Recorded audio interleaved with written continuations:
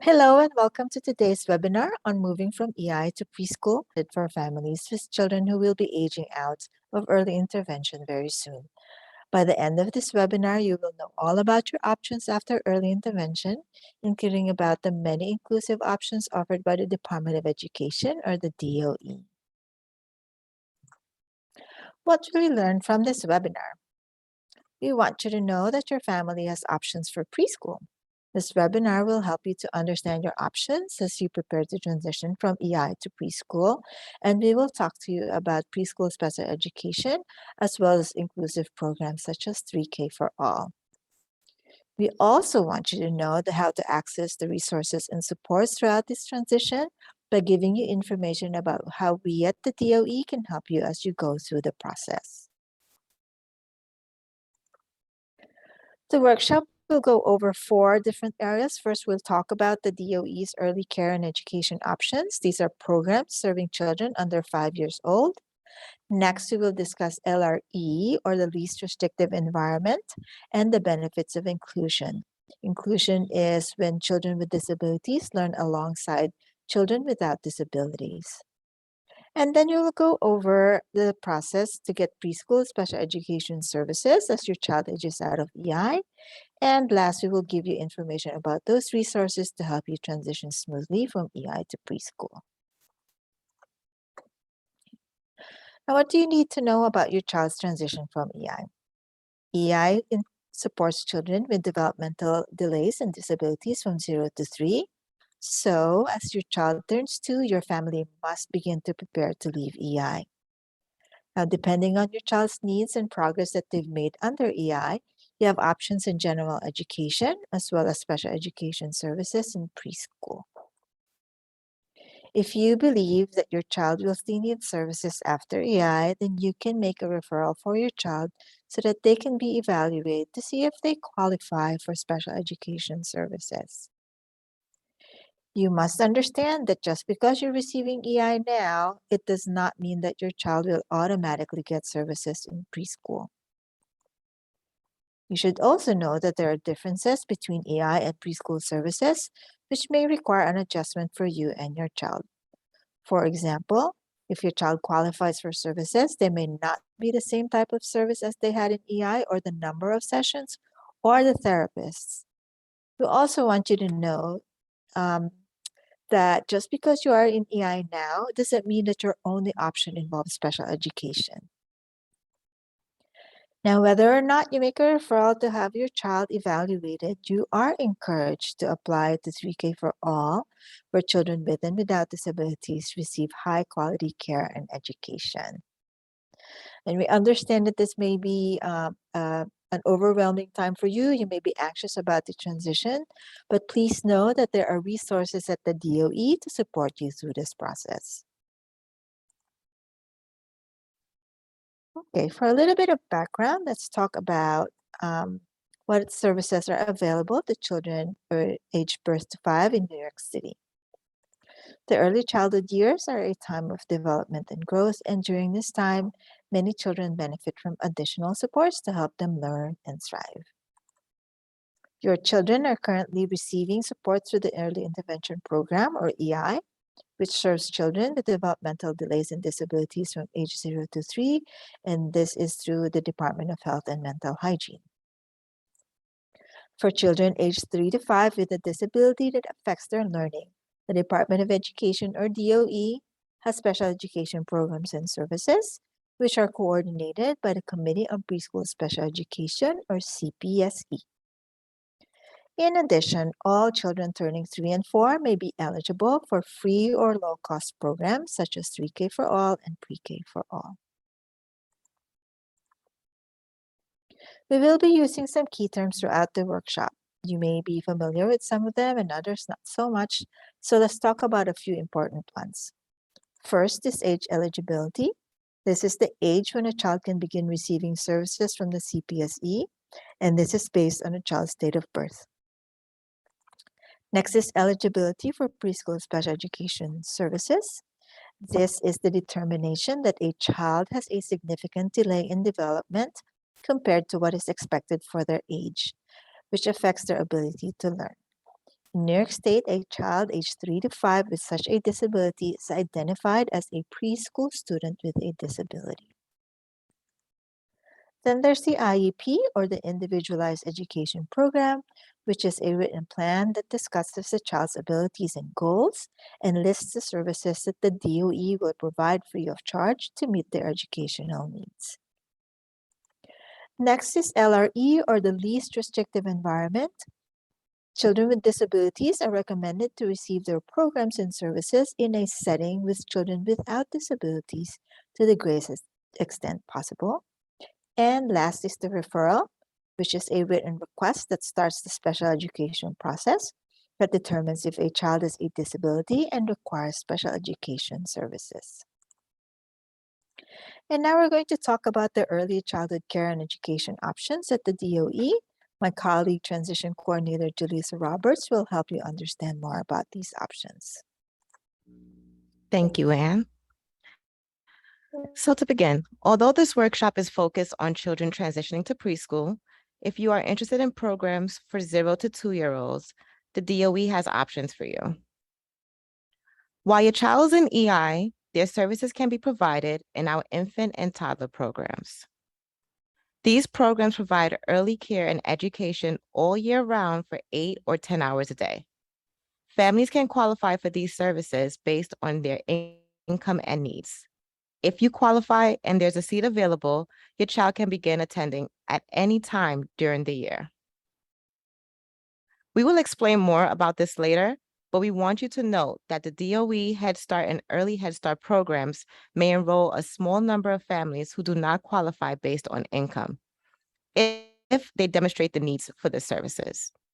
This includes families of children with disabilities who could benefit from Head Start or Early Head Start settings. If you want to know more, please visit the DOE website, and that is schools.nyc.gov, and go to the Early Learn webpage. All right, so let's now talk about programs for 3-year-olds. There are programs that families can apply for, such as 3K for All. 3K for All programs offer free, full-day, high-quality education to 3-year-old children in all school districts in New York City. Families across the city can apply to programs in any district. However, your child has priority to attend programs in the district where they live. As we mentioned before, there are Head Start and extended day year programs available for families who qualify based on their needs. For example, families who are eligible for SNAP benefits are eligible for Head Start. But these programs may enroll a small number of families who do not qualify based on income if they demonstrate the need for the services. This includes families of children with disabilities who could benefit from attending a Head Start program. Then there are additional programs that serve 3-year-olds, such as the state-approved non-public community-based programs, also known as 4410 programs. They are contracted with DOE to serve preschool students with disabilities at no cost to the families. There are also District 75 programs that offer free special education programs in public school across the city. Some of these programs offer special classes for preschoolers with IEPs. So here's some more information about 3K for All. Like I said, 3K programs are offered in 4 different settings, all of which are held to the same quality and safety standards for all DOE programs. You can choose to apply to any or all of these settings.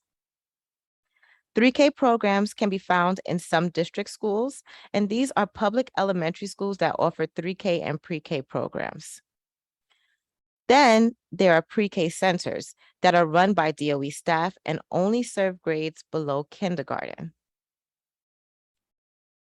NYCECs, or New York City Early Education Centers, are community-based organizations that are selected through a rigorous evaluation process that partner with the DOE to provide 3K. And lastly, we have family child care settings, which are home-based programs that offer 3K in a home setting by a licensed, qualified child care provider. Now, all of these settings serve children with and without disabilities, and students with IEP may receive their CPSE services in all of these settings. I'm going to go over the different seat types. 3K programs may have up to 3 different types of seats. When the applications are open, make sure to check the eligibility requirements for the programs you're interested in and select the ones that you can apply for. First, there are the full day seats. These are free and offer 6 hours and 20 minutes of care and education per day during the school year. That's from September to June. Families with children born in 2020 can apply for these seats when 3K applications open in February 2023. So they can begin attending in the fall of 2023. Next, we have extended day and year seats. These seats are free or low-cost care and education for 8 or 10 hours a day all year round. Families would need to complete a childcare application to see if they qualify based on their income and needs. Then we have the Head Start seats. These seats are free and offer care and education for up to 10 hours a day throughout the year. To find out if your family qualifies, you will need to contact the programs directly so they can determine if you are eligible based on your family's income and needs. As we mentioned earlier, families who receive SNAP are eligible for Head Start, and they may enroll a small number of families with children with disabilities, even if they may not meet the requirements based on income. So now, what is needed to apply for 3K? As we said at the beginning, all 3K settings serve children with and without disabilities. We will talk more about this in the next section, but we want you to know that research shows that children with disabilities benefit from 3K in the least restrictive environment, or LRE, that are appropriate for their needs.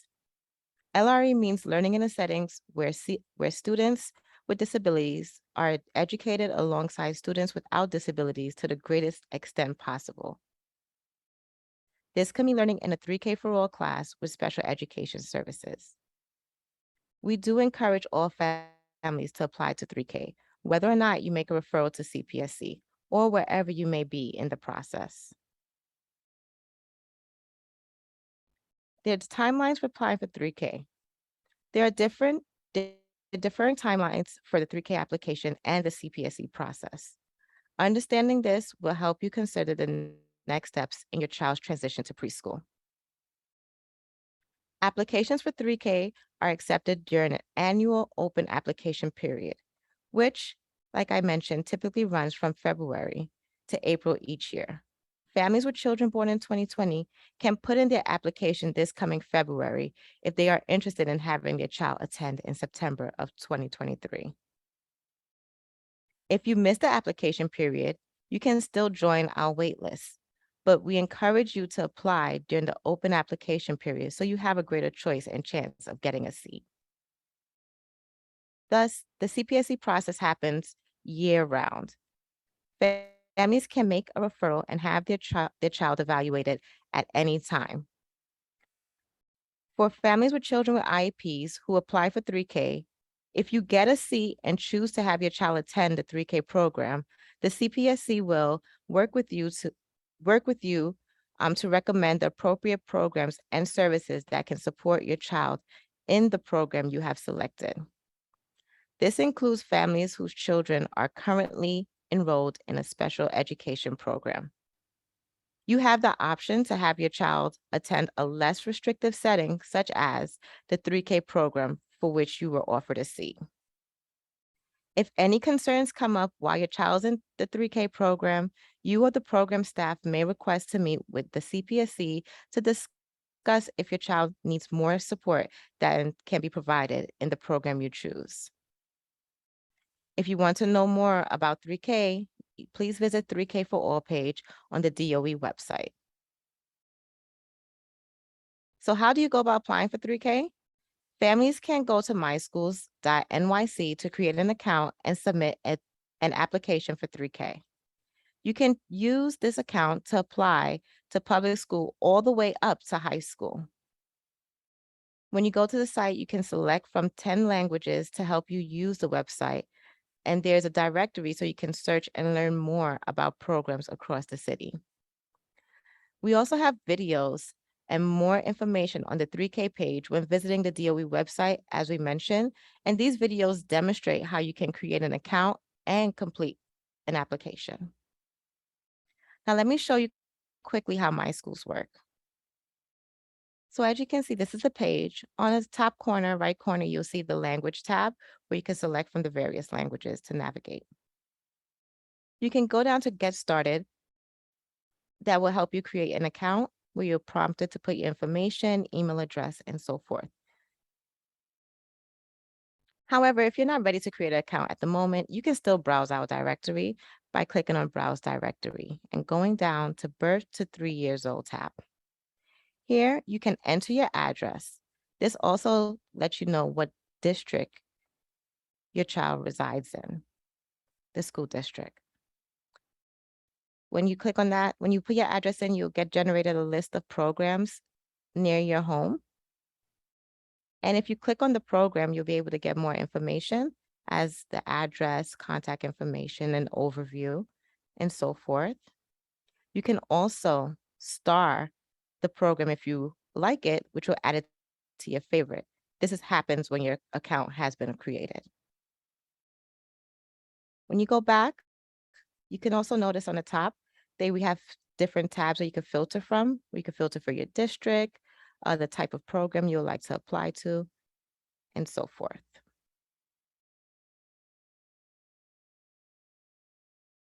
So with that being said, we want to encourage you to sign up for the 3K admissions email list so you can get updates, tips, and reminders such as when the application period opens and closes and when the offers are ready.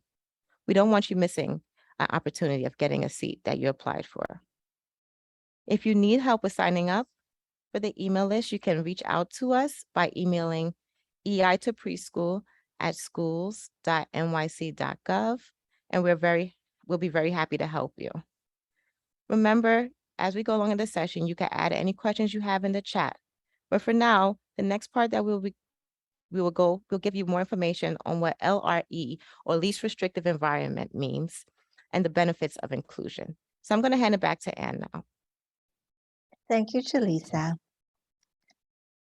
We have mentioned the LRE inclusion several times already, so we want you to understand it better. This is important because the DOE is required to provide services in the least restrictive environment appropriate for your child. This setting is where children without disabilities the same age as your child's are found, and this must be considered before offering settings with only preschoolers with disabilities. When a child qualifies for preschool special education services, the CPSE is required to recommend services in the least restrictive environment appropriate for your child, and this could mean receiving services in a program that the family applies for, such as a 3K for All program. Inclusion is when children with and without disabilities learn together in the same classroom. So where do students with and without disabilities learn together? Some examples of inclusive settings are a general education classroom with related services such as speech and physical therapy. It could be a general education classroom with a special education itinerant teacher, or a SEIT. We will discuss a little bit more further in the training. Next is a special class in an integrated setting, or SKIDS, which includes children with and without disabilities, and they may have additional supports in these programs. And again, other recommendations such as a special class with only students with disabilities are only offered when a child's needs cannot be met in a general education or integrated setting with additional aids and services. How does inclusion help your child? Inclusive settings, such as a general education or SKIDS or integrated setting, allow children with and without disabilities to learn alongside one another. This promotes academic growth, independence, and social emotional development. And research shows that inclusion benefits both children with and without disabilities. Let me repeat, researchers have found that both children with and without disabilities benefit from inclusion. The children with disabilities learn from their peers. They develop greater communication, social, emotional, and adaptive behavior skills, while the children without disabilities develop a greater acceptance of diversity and more empathetic social behaviors. They also found that children with disabilities in inclusion classrooms develop stronger language and math skills. They are more likely to have social interactions with other children their age, which allows them to make more friends and learn social skills. And they tend to be absent fewer days from school. Now we're going to watch a video that shows just how inclusion works and how it benefits everyone. Oops. Sorry, let's go back.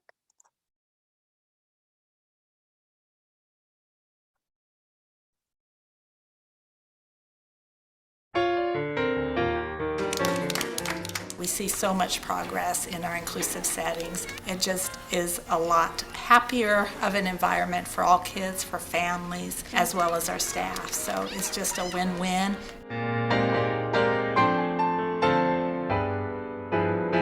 I see how much empathy the inclusive classroom builds. The kids get so excited when they get to actually do what all the typically developing kids are doing, when they're helping each other out. Just having everybody being involved has just been wonderful to see. Inclusive classrooms are great for all of the kids. For the children who have an IEP, they learn from their peers. They want to learn from their peers. They want to imitate what they do. They watch them carefully. The typical peers, they might, that very first week or so, say, well, doesn't he talk? Or why can't he walk? And ask some questions, but you give them a very simple explanation, or it's just like, well, she's going to learn and you're going to help teach her. How about that? And then they just, oh, okay. And then they're fine with it. And then they don't even seem to notice it. I think that's so wonderful. We've got a variety of different adaptations in here, and they are so helpful for the kids. If they can't tell us maybe verbally what they want for lunch, we've got our little communication menu, letting us know what they want, or making choices, or telling us yes, no by using a device, or pointing and picking things up, and the kids that are working on something, like feeding themselves, and wouldn't be able to do it with a regular spoon if they have an adapted spoon that's built up and it's got a curved bowl. We have this really nice equipment for outside. So we've got, an adapted bicycle that the kids can get on, and the gait trainers for the kids who aren't able to walk. So often they would be sitting at the sidelines and just watching the other kids, and you get some of the equipment that allows them to be out there doing it too. Kids can have some control. It builds their self-esteem that they, I can do it myself. Families don't feel segregated. Families feel included too. Kai has cerebral palsy and he's pretty involved. I was very fearful that it was just not going to work. I was really committed to making it work, and I came at the beginning and helped him transition. And I don't know if that was more helpful or not to the teachers. They were very willing to accommodate me, and they didn't seem like they were annoyed that I was there, which was very nice. 11. The staff here is amazing, and they've obviously been doing this a long time, and they have so much care and compassion for the kids that it makes a huge difference. I hear stories about how parents had to really fight to get this. It's like there's this fight between schools and parents, and I've never felt that way. Everybody's been so great to us and been very accommodating to our needs, so I appreciate that.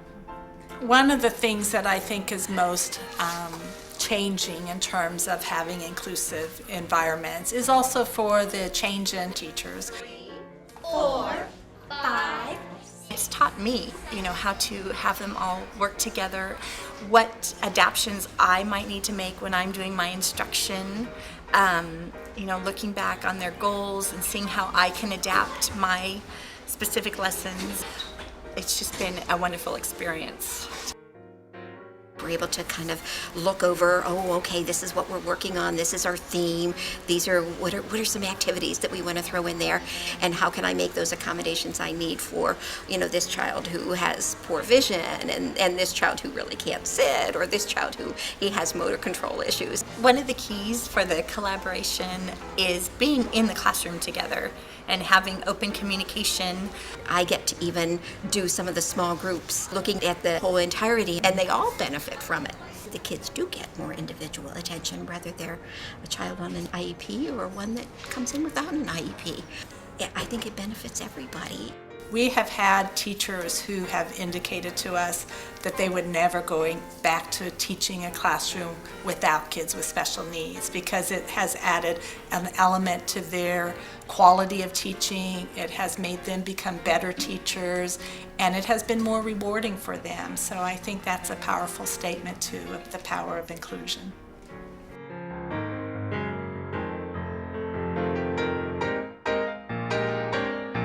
It's not just a win for our students with special needs, but it's a win for all students, because they are the ones that are going to make a difference and make a more inclusive life for everybody.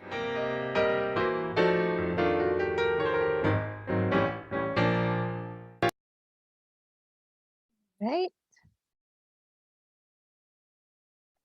So you can see how the video reflects exactly what the research found and how all children, their families, and even teachers benefit from inclusion. Okay, so now that we've covered your inclusive options, we're going to now discuss how to access special education services after EI. To do this, you'll need to know about the DOE's Committee on Preschool Special Education, or the CPSE. The CPSE is responsible for coordinating the special education process for children aged 3 to 5. There are 10 CPSEs in different areas of the city, and they are part of a larger Committee on Special Education office. Your CPSE is the one associated with the district where your child lives, regardless of where they receive their services or go to preschool. The chairperson leads each CPSE and assigns CPSE administrators who will work directly with you. CPSE administrators are experts in special education, and they are there to support you through the CPSE process. CPSEs also have a community coordinator who supports families as they go through the CPSE process. At the beginning of the workshop, we mentioned that transitioning from EI to CPSE may require an adjustment for you and your child. Here are the major similarities and differences between EI and CPSE. Your EI evaluations focused on child development, while CPSE evaluations are focused on learning. Children who receive EI have a medical diagnosis or have been found to have a developmental delay. For CPSE, children are classified as a preschool student with a disability. We understand that some families may be concerned about labels, and this may affect their decision to consider having their children evaluated. So we want to be clear that preschoolers do not get diagnosed or labeled. All that's needed for them to receive CPSE services is to be identified as a preschool student with a disability. And just like in EI, these services are intended to help children as early as possible so they have the skills they will need for the next stage in their learning. As for service plans, in EI, you have an IFSP, or an Individualized Family Service Plan, and children who receive CPSE services have an IEP, or an Individualized Education Program. For parent involvement, both EI and CPSE have parents actively involved in the process and the development of the child's plan. When arranging for services, families in EI work with the EI official designee, or EIOD, and their service coordinator. And in CPSE, families work with a CPSE administrator. So one of the main adjustments is that you will no longer have a service coordinator.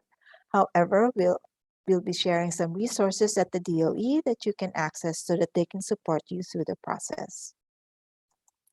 Now for the location where services are provided, EI sessions are commonly provided at a childcare or preschool program, whereas CPSE services, on the other hand, are commonly provided at a childcare or preschool program.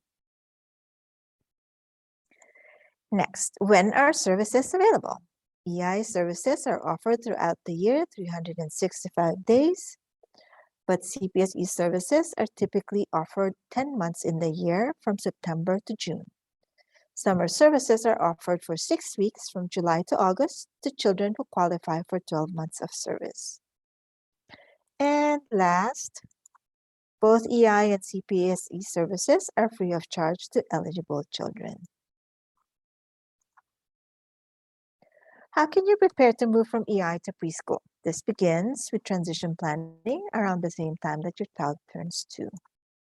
You'll begin talking to your service coordinator about your child's transition at the IFSB meeting that's closest to your child's second birthday. At this meeting, you, your EIOD, and service coordinator will talk about a transition plan that you will organize together. You are also entitled to have a transition conference. This is a meeting which can be arranged by your service coordinator, who will invite your EIOD and a CPSE administrator who is going to discuss the preschool special education process. So let's talk about that special education process. So there are 5 steps to transition from EI to CPSE. That is notification, the referral, evaluation, your CPSE meeting, and then arranging for programs and services. All right, the first step is notification. As part of your child's transition plan, your service coordinator will talk to you about your interest in submitting the notification of potential eligibility to the CPSE. We encourage you to opt into notification, as this information helps the DOE plan for children coming from EI. The notification also allows DOE staff, including an EI transition coordinator from the EI transition team, to reach out to you so we can support your transition. If you decide to opt out of notification, you can still refer your child to CPSE. Now, unless you opt out, your service coordinator will send a notification to CPSE between 90 and 120 days, or 3 to 4 months before your child is age eligible for special education services. We'll talk more about age eligibility in the next slide. We want to make it clear that submitting a notification does not mean that you are referring your child. So if you want your child evaluated for special education services, you must take the next step and submit a referral. Okay, so when are children eligible to receive CPSE services? Age eligibility is determined by a child's birth date, and this is the earliest date that the child can begin receiving services. Referrals can be submitted based on the eligibility date and not by their age. We know that many people in EI send referrals. They wait until the children are 2.6 or 2.9 years old, but we want you to know that you can submit a referral as early as 120 days or 4 months before your child's first age eligibility date. So for example, children who are born between January to June of 2020, a referral can be submitted for these children starting on September 4th of 2022. And if they qualify, they can begin receiving services as early as January 2nd of 2023. So you can begin working now with your service coordinator to complete a referral form and send it to the CPSE as early as next month. So if you do have a child who was born from January to June of 2020, you can take advantage of this time, because we want you to know that evaluations may take a while to get scheduled and completed. So sending in the referral as soon as possible gives you the best chances for a smooth transition. Okay, so for children who are born between July and December, so for kids born July to December 2020, a referral could be submitted as early as March 4th of 2023. And if they qualify for 12 months of service, they can begin receiving their services on July 1st of 2023. Otherwise, they will start getting their services in September of 2023. Referrals should be submitted no later than 90 days or 3 months before your child's third birthday, especially if you want to extend your services beyond your child's third birthday. As we mentioned, the process may take some time to complete, so making the referral no later than 3 months before your child's third birthday ensures that you will have the option to extend EI. The CPSE must make the determination that your child is eligible for services before they turn 3 in order to extend those services after your child turns 3. Okay, step 2 is the referral. If you believe your child will need services after EI and you want an evaluation, you're encouraged to submit a referral form to the CPSE through your service coordinator. This is the best way to do it because we get a lot more information if your service coordinator submits that referral to the CPSE. However, you may also submit a referral to the CPSE directly through a referral letter. This must be handwritten or typed or emailed, and it must be made by you, the parent. The referral should say that you are requesting a preschool special education evaluation. You need to provide your child's full legal name and date of birth, and the information should be the same as what's in your child's birth certificate. It should describe any specific areas of concern that you have about your child's development. You should list any services that your child has received in the past or is currently receiving. So make sure to let CPSE know that you are receiving EI services. This way we can provide you the support that has been especially put in place for families who are coming from EI. You should also provide your full contact information, including your name, an address, and a telephone number where the CPSE can reach you, and an email address if that's available. You also should state your preferred language if it's not English or if you are hearing impaired. After the referral is processed, the CPSE will send a packet of documents by mail, or if you shared an email address, then they will reach out to you by email. We do encourage you to share an email address when possible because it is the fastest way for you to get the packet. If you choose to provide your email address, then the CPSE will request for your consent to use electronic mail, and you must respond and provide your consent, otherwise they won't be able to send you the packet via email. If you want to follow up on your referral or your evaluation packet, you can contact the CPSE Community Coordinator, and this contact information can be found on the DOE website's Committees on Special Education page. Your service coordinator can also reach out to the CPSE by sharing the confirmation document that they received when they submitted your referral. But before reaching out to the CPSE, we really encourage you to check your email, including your spam and junk mail folders, for the following. You can search for the request to use electronic mail, and if you did receive it, just reply and say, yes, I provide consent so that the CPSE can email you the packet. Or if you've already found that the CPSE has sent you the electronic packet, then you can proceed to the next step, which is evaluations. We do have a few more notes for you before we talk about step 3. Please note that if you do not refer your child to CPSE, if your child is not found eligible for preschool special education services, then your child's EI services will end the day before they turn 3. So if you're interested in extending EI services, you must submit a referral to the CPSE, and your child must be found eligible before they turn 3. If you decide not to refer to CPSE while your child is in EI, know that you can apply to 3K for all, whether you decide to refer to CPSE or not. And if you change your mind and you want to make a referral to the CPSE later, you can do that at any time before your child turns 5. All right, so on to step 3.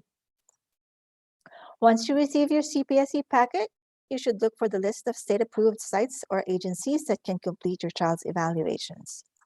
It's very important to contact these sites right away so the evaluations can begin as soon as possible, especially because the assessment may require more than one appointment.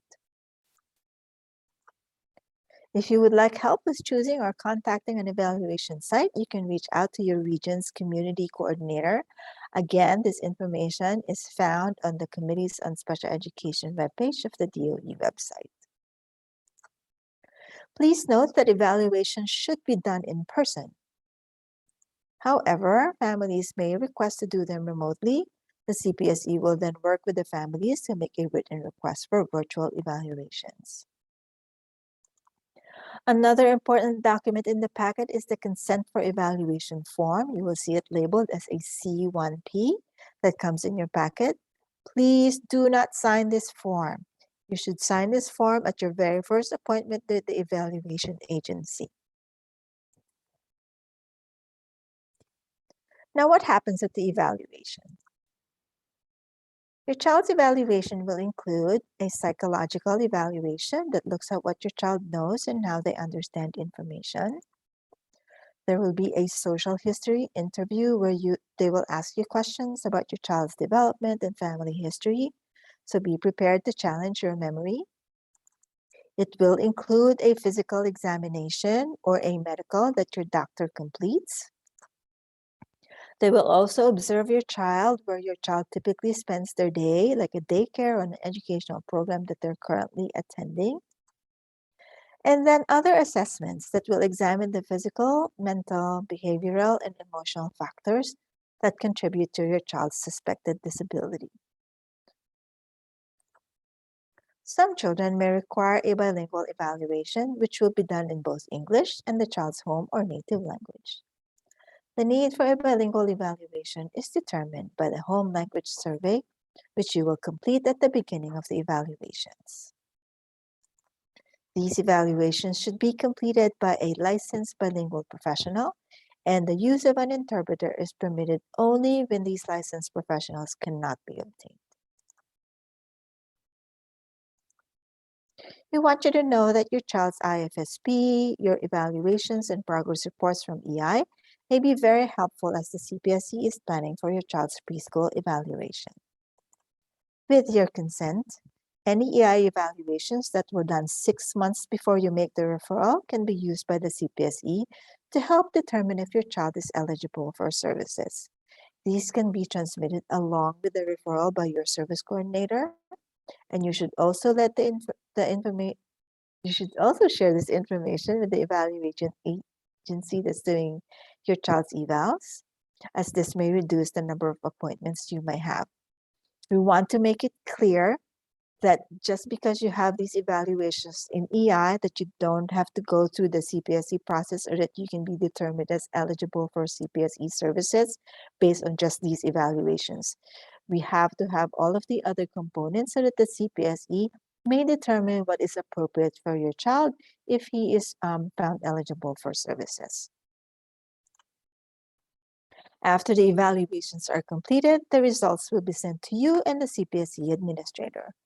This will include a preschool student evaluation summary, which you can both review before the CPSE meeting.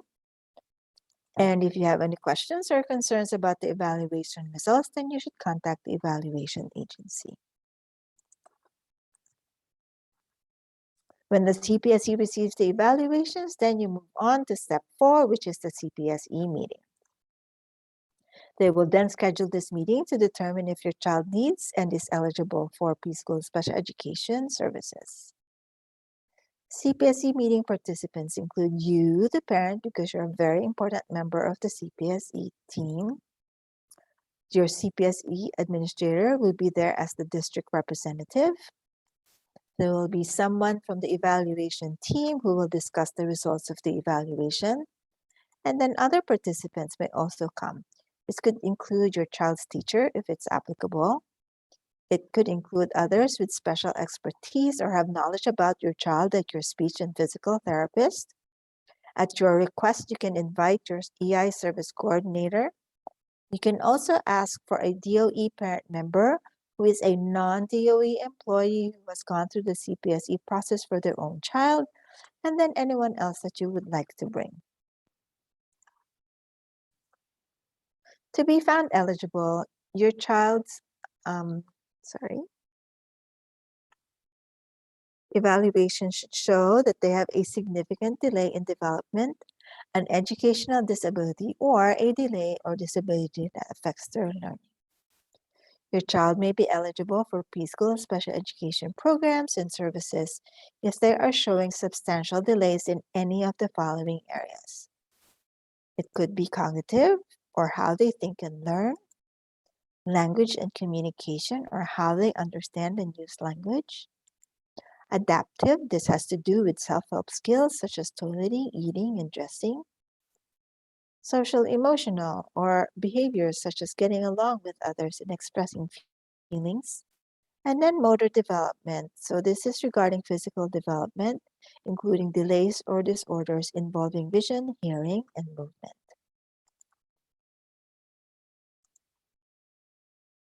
If your child meets the eligibility criteria, the CPSE will work with you to develop a written document called the IEP, or the Individualized Education Program.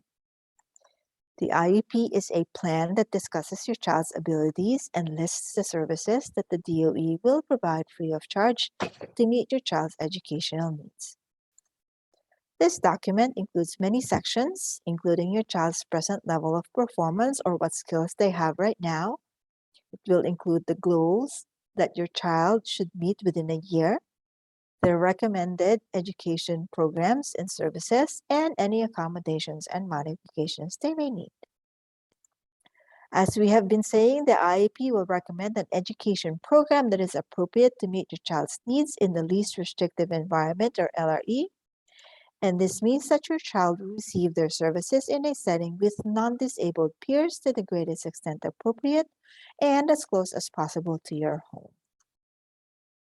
If you applied to a 3K program and or received an offer, you should tell your CPSE administrator about this at the meeting so they can work with you to recommend appropriate programs and services that can support your child in the program that you chose.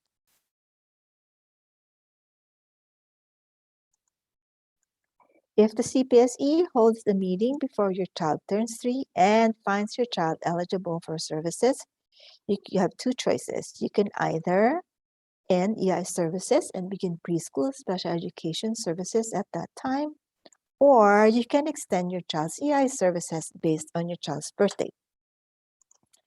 If your child turns 3 between January 1st and August 31st, you can extend services up to August 31st of the year that they turn 3. If your child turns 3 between September 1st and December 31st, then you can extend services up to December 31st of the year that they turn 3. If you want to extend your child's services, then you will be required to sign a DEP1 form. So this is a form that says, yes, your child is eligible for preschool special education services.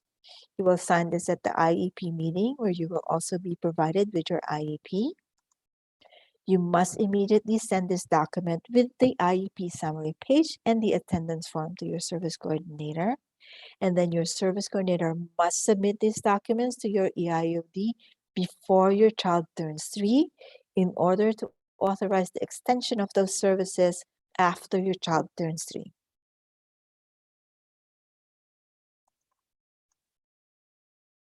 After the IEP is developed, the CPSE will ask you for written permission to start services. This is called informed consent for services. After they receive your written consent, then the CPSE can arrange for services on your IEP, on your child's IEP to be provided.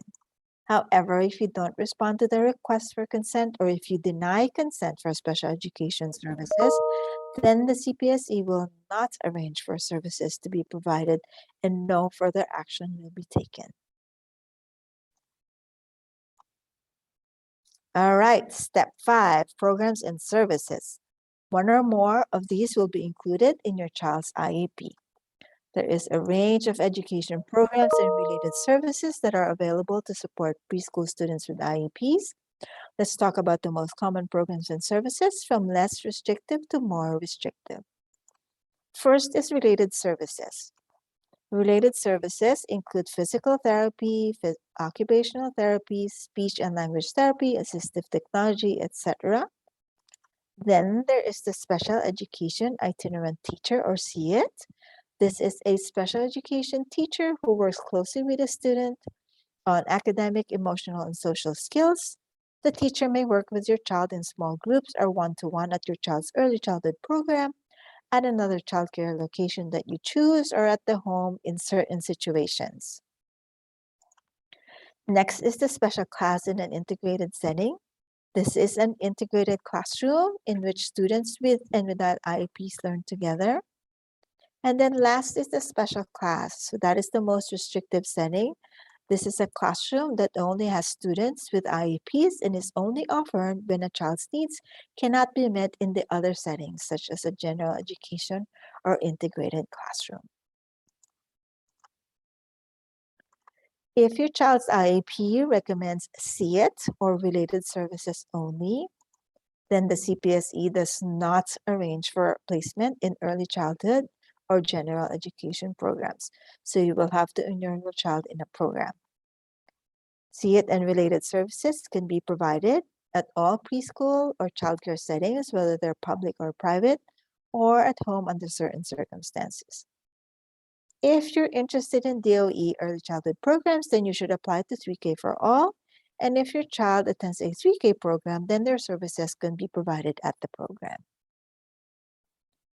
Now, if your child's IEP recommends an integrated class or a SKIS or a special class, then the CPSE will arrange for an appropriate placement in a preschool special education program.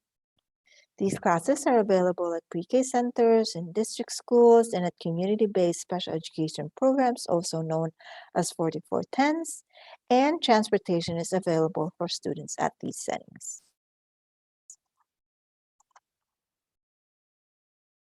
Now, what can you do if your child is not found eligible for CPSE?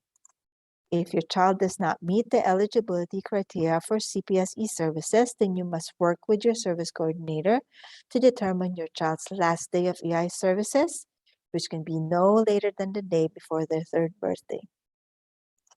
If you don't agree with the recommendations made by the CPSE and you can't resolve the issue at the CPSE meeting, then you have the right to mediation and or an impartial hearing by making your request to the DOE in writing. Now, regardless of whether or not your child is eligible for CPSE services, you can apply to 3K for all. What should you do if your child ages out of EI? So they are not determined to receive services, you can't extend the services in EI. Then when the evaluations are completed, they are submitted to the CPSE and they will schedule a meeting with you so that they can work to start services as soon as possible. All families are also encouraged to apply to 3K for all, regardless of where you may be in the CPSE process. This also gives you a chance to have more choices if your child is not found eligible for services or if they get recommended only for SEIT and related services. Okay, now that we've gone over all of the options available to you, we want to share some final reminders. First, families can apply to 3K whether or not they make a referral to CPSE or if they are in any stage of the process, including if their children are already attending a special education program. Families who are interested in extending AI services must submit a referral for evaluation, and the child must be found eligible for CPSE before turning 3. If your child was born in January to June of 2020, you should speak now with your service coordinator or work with them about making a referral soon. Referrals for these children who are born from January to June of 2020 will be accepted starting on September 4th of 2022. So that's in a couple of weeks. You can start now. Now, for children who are eligible for special education services, the CPSE must recommend programs and services in the least restrictive environment, or LRE. And remember that research shows that all children benefit from inclusion. Families of children with IEPs can choose to have their child attend a 3K program. The CPSE will work with you to recommend appropriate programs and services to support your child in that setting. And at any point, you or the program staff may request to meet with CPSE to discuss if your child needs more support than can be provided in the program. And finally, all 3K settings are inclusive and all children with and without disabilities are welcome. Okay, now we want to share the resources that are available to support you in making your transition as smooth as possible. I'm going to pass it back over to Jaleesa. Thank you, Anne. Like Anne said, we want to provide you with these resources to make sure that you have a smooth transition. Keep in mind, we'll be able to answer questions after I go over these resources. So most of the information in today's workshop is found in the DOE guide to the EI to preschool transition. Here is the guide. You can find this guide on the DOE website by clicking moving to preschool page. When you click on that, you'll be able to scroll down to transitioning to early learning. Yes, and here we have the different languages that you can choose from. Next is a resource created especially for families transitioning from EI, and that's our team, the DOE Early Intervention Transition Team. In collaboration with the Early Intervention Program, the DOE Early Intervention Transition Team supports families whose children moving out of EI. We also work closely with CPSC when families make a referral and are interested in having their child evaluated. The transition coordinators can provide information about early childhood education options available after EI and how to access preschool special education services. Transition coordinators can also assist families in finding evaluation sites, exploring 3K options, and submitting an application. We can help you if you need support in contacting the CPSC as well. Also, the DOE Early Intervention Transition Team offers information sessions, just like the one that we're having today, to help families prepare for their transition. If you do need support or have any questions about transitioning from early intervention to preschool, you can call us or give us a text on our helpline number, which is 646-389-7171. You can also email us at ei2preschool@schools.nyc.gov. Our team is available Monday through Friday from 8 a.m. to 4 p.m., but you can reach out at any time and someone will get back to you during our business hours. Here again are the information that we shared on the Committee on Preschool Special Education. The contact information can be found on the DOE website at Committee on Special Education page, where you'll be able to see the different regions and districts that they serve and the contact information for each of those regions.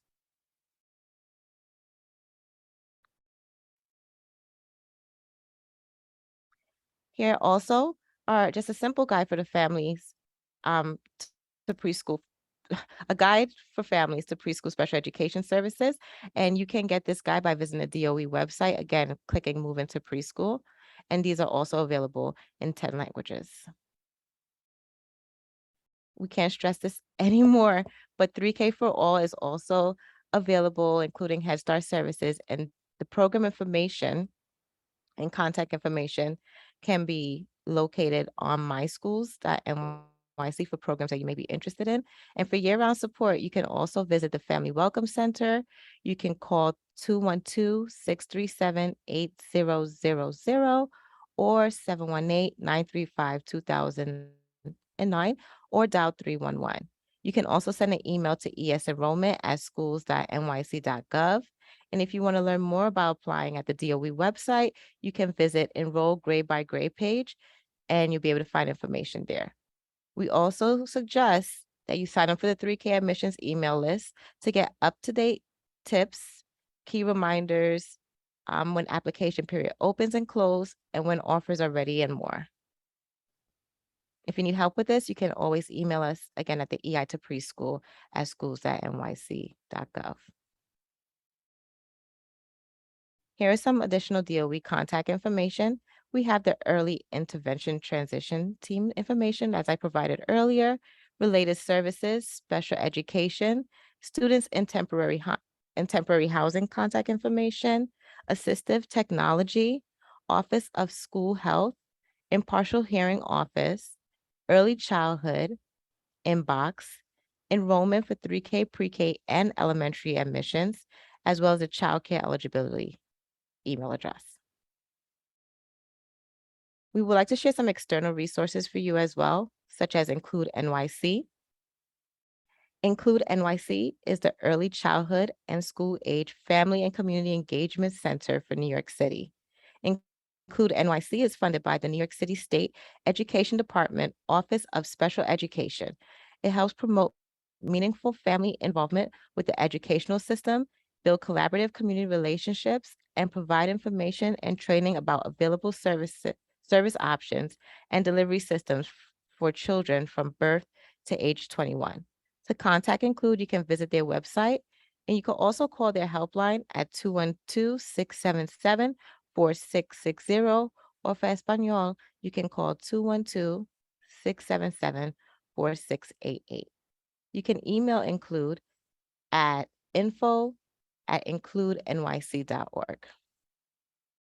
We also have some additional external resources, and these are additional community-based organizations and nonprofits that may be helpful for your transition as well. As we mentioned earlier, we have the Advocates for Children of New York, Parent to Parent New York Incorporated, Office for People with Developmental Disabilities, Synergia Metropolitan Parent Center, and United We Stand of New York. We want to thank you all for partaking in this session today. If you want to learn more about transitioning from EI to preschool, you can scan this QR code right here, and that would take you to the DOE guide for early intervention to preschool transition. Feel free to give us a call. Our helpline number again is 646-389-7171. And you can also email us at ei2preschool@schools.nyc.gov. Again, thank you. And now we're going to answer some questions. Awesome. Thank you so much, Jaleesa. Can someone from our team let us know if there are any questions and read them out for us? So we have no questions, Anne. Wow. I hope that that means that our presentation gave you everything that you needed to know. Maybe you don't have those questions right now, and you might need some time to kind of like, think through the information. This is a lot of information. We have one I that just think- came in. Oh, great. Okay, so read out that question now. If you are referred to related services, can you pick out your service provider? That is something that you have to discuss with your CPSC administrator. Typically, it's not something that you can choose. There are providers at the DOE who are available to provide those services, especially if your child is going to go to a program that has those providers in-house. So this is something that you can arrange. Of course, if they have difficulties, like trying to find providers, typically these are providers that already have a contract with the DOE or are already employees of the Department of Education. So that is something that is probably a case-by-case basis that you need to discuss with your CPSC administrator. That was the only question. That's the only question. All right. I don't know if there's anything. Go ahead, Jaleesa. Someone just wanted to share a comment. Oh, that's very good. Pleasant. Thank you so much. I have another one. How do you know if a 3K program has related service providers associated with those schools or programs? So you need to contact the program. They are the best ones to speak to regarding services that are available at their site. And so if you have any concerns about receiving services at that site, you need to speak with your CPSC administrator. So as we've been mentioning, your go-to person when you're talking about your CPSE services is your CPSE administrator. So in the packet that you receive, let's say you haven't had your meeting yet, but in the packet that you receive, there is a letter that's towards the bottom. They'll say exactly who your CPSE administrator is. If you have any difficulties reaching your CPSE administrator, you can find out You can contact the folks in that CSE website that we showed you earlier. You can reach out to the chairperson or the community coordinator. But in a lurch, if you're really having a problem connecting with the CPSE, you can reach out to our team. Again, our helpline is 646-389-7171. So let us know, okay?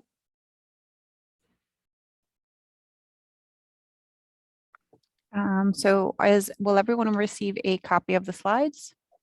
Yes, if you signed up and registered, we have your email address. So you will be given the slides based on that email address that you gave us. If you don't think that you will get it through the email address that you had registered from, then put in your email address in the chat so we can definitely make sure that you get a copy of it.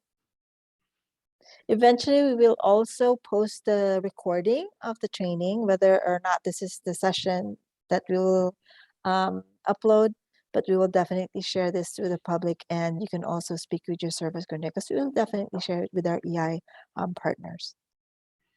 And then Nisi also stated that the presentation was very informative, pleasant, and the presenter's tone was also very pleasant and welcoming. Thank you, Nisi. And then we have one more that, so for future reference, you guys can always reach out to us on our helpline for any questions that you do have in the future. If you guys are sending those email addresses, if you could please send them to our inbox, the EI to preschool at schools.nyc.gov instead of the chat, it would be appreciated. And then also we have one more question that says we aren't eligible to start the referral process until March, but 3K applications start in February. Will we have a coordinator to help with choosing where to apply? Okay, so we do have, so if you're in early intervention and you're already working with the EI transition team, okay, so let me backtrack. Remember that first step in the process, the notification phase. This is especially for families who are in early intervention. No other families are able to go through the notification phase except for families in EI. So just because you don't get to submit a referral until March, the notification can be submitted sooner than that. So when you opt into notification, we at the DOE will get that information and we can contact you even before you can start the referral process. So let's say your child is can't submit the referral until March. If your service coordinator submits that referral before your child is when your child is 2 years old, then you can definitely get to hear from our team. So there will be a transition coordinator who is working with the district that receives your notification. If you do that, then we'll be able to guide you through the process. But even if you don't submit a notification, there are people who are available to help you with an application. So we gave you the resources. I'm going to show it again here. So for support year-round, you can go and contact the Family Welcome Centers at the DOE. You can call our outreach team. These are the two numbers, 212-637-8000 or 718-935-2009. You can dial 311. Now in here, let me just show you the website for 3K. So if you're somebody who feels that you can do this, right? You can look at here. I'm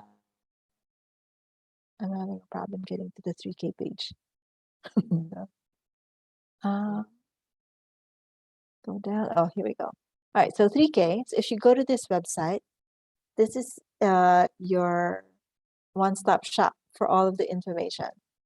Okay, so you can look at videos. There are videos here. You'll be able to see all of these things that talks to you about 3K admissions, 3K programs, how to create a My Schools account. They have tips for application, good tips for application, tutorials, etc.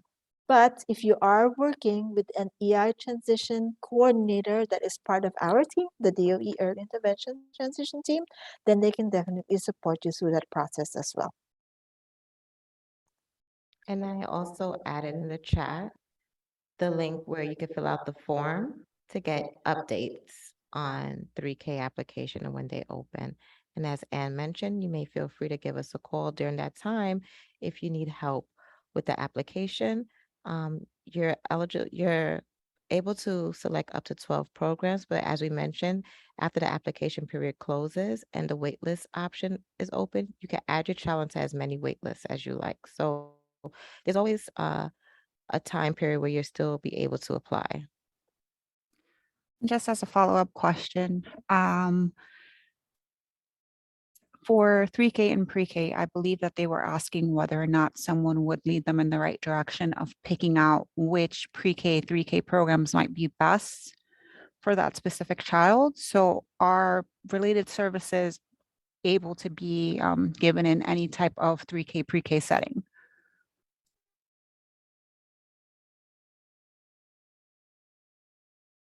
Yes, they can be provided in any of these programs. So let me go back to that slide so you'll be able to see. Hold on. Apologies for these little flags. Here we go.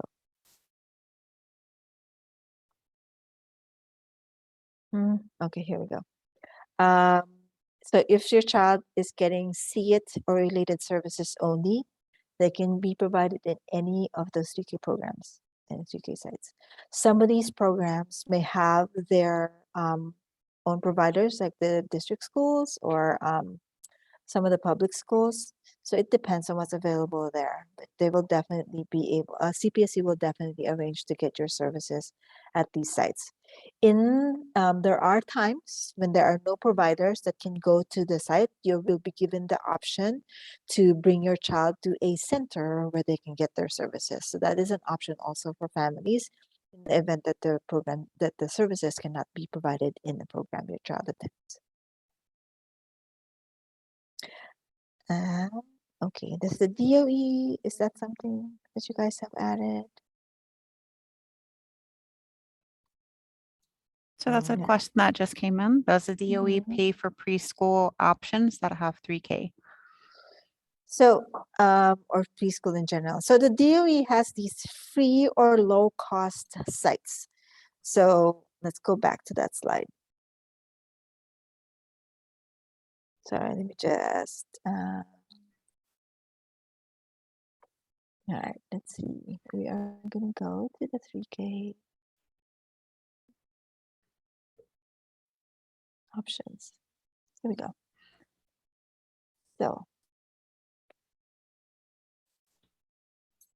So the full day seats are free. So if you apply and you get a seat, then your child can attend that 6.5 hour per day program for free. So this is within the school year, September to June. For extended day and year programs, it depends on your eligibility. So if you complete a childcare application and you qualify for those services, then it can be free or it can be low cost. So that depends on basically your situation. It would be based on your income and your family's needs.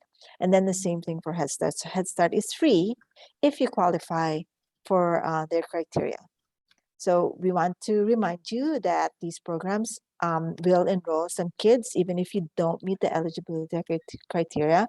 So let's say you are over income, you make more than what is necessarily the criteria for being eligible to a Head Start program based on your child's needs. So they will take some kids, some families who have children with disabilities. So there is a chance that you may be able to get those free services, even if you don't qualify based on your income. I hope that's helpful. Yes, and don't hesitate to reach out to programs and call them directly. When you go on the My School site, you'll see their contact information, phone number, email. Reach out to them and inquire how they work with students who may have disabilities. And to answer one of the questions in the chat, you can ask them for a tour. You can do that now, just as a parent who is interested, you can definitely go ahead and ask them to get a tour. They usually typically have tours around application times. And some schools, since the pandemic, have been giving virtual tours. So definitely explore that by visiting that school that you may be interested in or giving us a call and we could give you more details. And would you be able to provide us some more information on the 4410s? The parent is asking if she selected a specific preschool for her child with Down syndrome, would the DOE pay for it? And I believe that she's referring to information on the 4410s.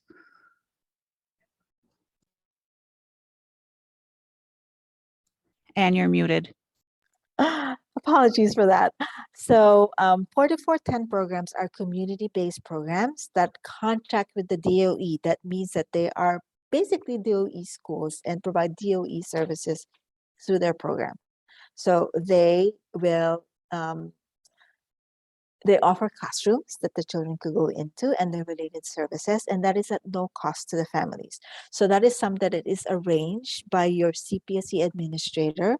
They will work with you to find a program, to recommend a program that is appropriate for your child's needs, if they will be able to meet your needs. So let's say there are different configurations to this, like let's say special classes. I'm not saying that your child with Down syndrome has to go into a special class. Remember that the CPSE will recommend the least restrictive environment that's appropriate to meet your child's needs. Now, if your child is recommended for a special class, and they have a classroom, let's say that has like 12 students and 1 teacher and 2 assistants, and there is a space in that classroom, then you can choose to have your child go into that setting. Of course, you always have the choice not to accept a recommendation for placement in a program. You can always work with your CPSE administrator, although we do know that depending on what your options are, you might want to decide to accept or not accept that recommendation. So these 4410 programs that we have been speaking about, these community-based programs, will provide the services free of charge. So you don't have to think about the DOE having to pay for it because they're already contracted by the DOE and being funded by the DOE for the most part.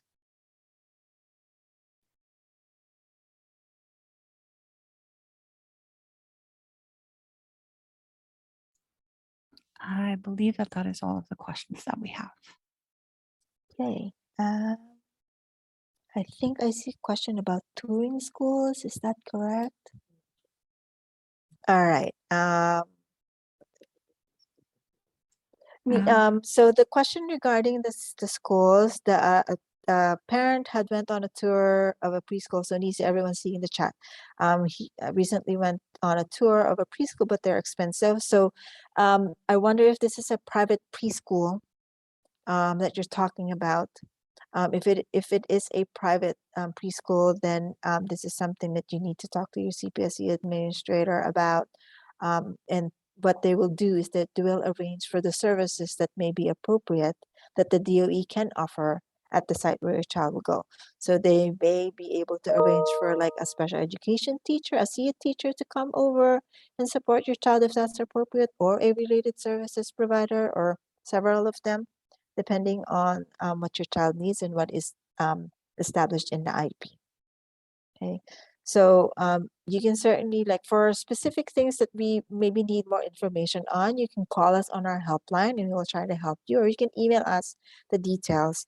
But definitely, if you're talking about services for your child, you need to discuss this with your CPSE administrator at the time of your meeting.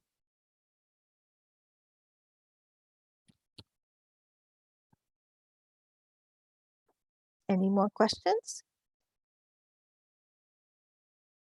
We have about 4 minutes left into our training, but this is not the end. Like we said, you can always contact us if you have any questions. We are here to support you. We understand that this is an overwhelming time, and we're giving you this information, and we're happy that you're joining us because this gives you the best chance to take the steps that are necessary so that you can transition smoothly into preschool. Hi, After- Anne. I think I Hi. just want to clarify based on some of the information in the chat, just that the 3K or pre-K application timeline does not have anything to do with your referral to CPSE in terms of your ability to apply. So for Correct. example, if the 3K or pre-K application opens in February, you can apply to that regardless of what stage you are in for your CPSE referral. Absolutely, that is correct. So like we mentioned, the timelines are different. Although the 3K application happens only within a certain period of time, the CPSC process goes throughout the year. So wherever you may be, whether you haven't made a referral or you have made the referral but you haven't had your evaluations, or you're already undergoing an evaluation, or if you've had an IEP meeting, or even if your child has already been placed in a special education program, you can still apply for 3K for all. So you have all of those choices. You have choices in the general education or inclusive programs, or in special education if your child is qualified for special education services. We have another question. Are all 3-year-olds guaranteed 3K for all spot? Okay, so at this time, 3K for all is not universal. It's not the same as pre-K for all. For pre-K for all 4-year-old families who apply for a 4-year-old will get a spot. But for 3-year-olds, there are certain districts that will give a seat to every child, for every family that applies for their child. But there are some districts that will give as many seats as possible to the families who apply. To learn more about that, you can certainly reach out to our outreach team, so the enrollment folks, which we had shown you earlier, or you can also call us and we'll try to find out that information for you. And will we be having any future meetings? Any future meetings? Okay, so we have Mandarin sessions on Friday, the 19th, but we typically do hold our regular info sessions sometime in the fall. So between October and November, we will have another set of sessions. We typically have 2 dates with 2 sessions each. For English with Spanish and Mandarin interpretations. Then we also do Spanish only sessions and Mandarin only sessions. So you are welcome to continue to subscribe to our Eventbrite page where you registered. So just follow us and then you'll get the notifications for when we post any events.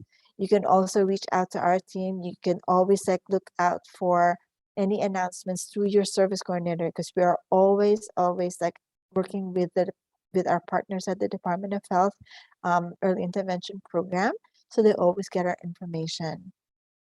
And since you have joined our trainings, you probably will start connecting with our team, so continue to get in touch with us.